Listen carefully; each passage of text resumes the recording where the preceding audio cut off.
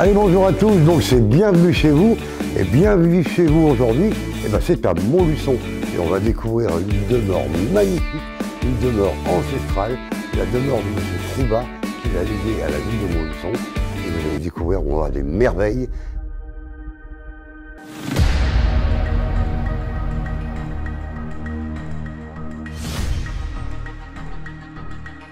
Inspiré du petit Trianon de Versailles, ce château de style néoclassique construit sous la Révolution est entouré d'un parc compromis réussi entre les jardins à la française et à l'anglaise. Le château de la Louvière a été construit entre 1926 et 1953 pour l'industriel montluçonnais François-Joseph Troubat. Le château deviendra un musée que la famille Troubat offrira à la ville de Montluçon en 1976.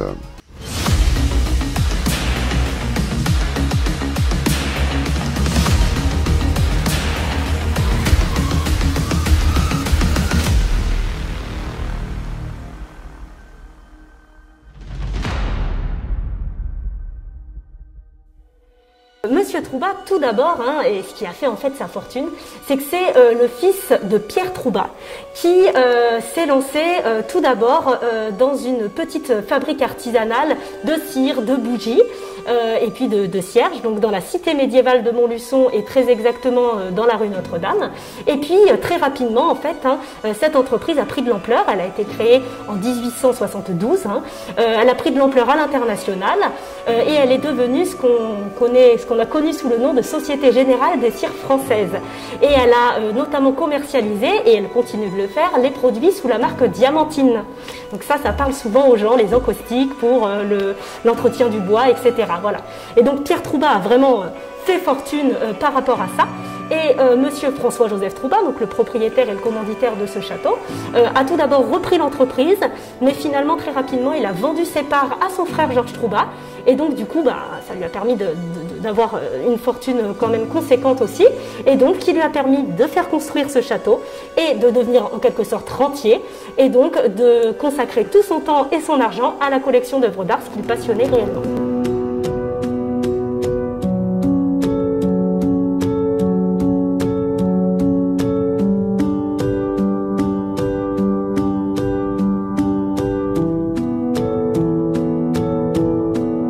La décoration intérieure est baroque. On y trouve entre autres la copie du bureau à rouleau de Louis XIV et la collection de peintures présente des pièces de maîtres de l'âge classique, des tapisseries de Buisson, mais aussi des copies d'après Courbet, Boucher et d'autres encore.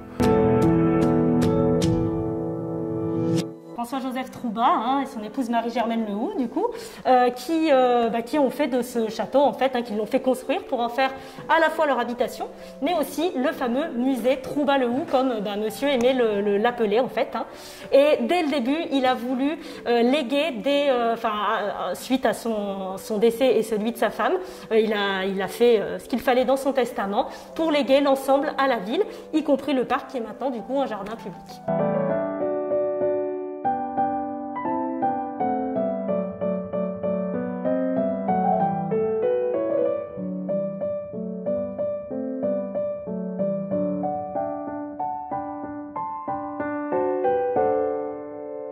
La pièce maîtresse vraiment de cette pièce, et voire même du château, c'est ce fameux secrétaire à cylindre qu'on appelle aussi le bureau du roi, puisque cet exemplaire, c'est une copie, une des 7 copies au monde, donc c'est quand même très rare et c'est ce qui en fait la valeur aussi, du bureau qui avait été commandé par le roi Louis XV. Donc à l'époque, et toujours encore aujourd'hui, il est considéré comme l'un des plus beaux meubles au monde et l'un des meubles ayant coûté aussi le plus cher, une somme astronomique qu'a dépensé Louis XV. Et ça se comprend parce que ce meuble, l'original du moins, a demandé 7 ans de travail et a mobilisé 14 corps de métiers différents. Donc avec les marqueteries qui se trouvent tout le long, voilà, les dorures, l'horloge à double cadran de chaque côté, ce qui pour l'époque est une prouesse. Et surtout, ce meuble, il servait de véritable coffre-fort du roi Louis XV dans son cabinet de travail à Versailles, puisque du coup, vous avez un système avec une seule clé qui permet de verrouiller ou déverrouiller l'ensemble des rangements à papier, à encre, etc. Donc une fois que cette clé était dans la poche du roi, effectivement, plus personne ne pouvait accéder au secret de ce meuble. En 2003, le château fut rénové. Aujourd'hui, propriété de la ville, le château de la Louvière est ouvert occasionnellement au public. Certaines pièces sont interdites d'accès car elles ont un grand besoin de travaux. Tout récemment, une habitante de Montluçon, amoureuse des belles pierres, a légué plus de 110 000 € à la ville de Montluçon pour restaurer ce château.